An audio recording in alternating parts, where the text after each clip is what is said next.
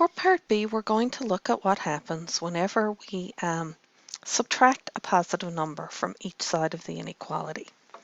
So for this part here, my inequality is still -4 is less than -2. This time I'm going to subtract 2 from each side.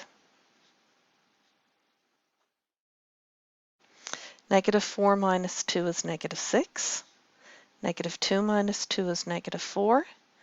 And -6 is less than -4. I'm going to subtract a negative number now from the same inequality. So -4 subtract, let's try -6.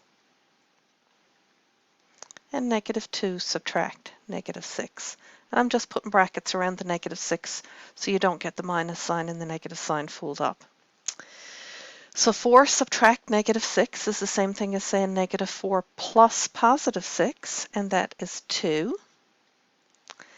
-2 subtract -6, that's the same thing as saying -2 plus 6, and that's 4, and 2 is less than 4. Let's do the same thing over here with the next inequality. 6 is greater than 2. Let's subtract a positive number from each side.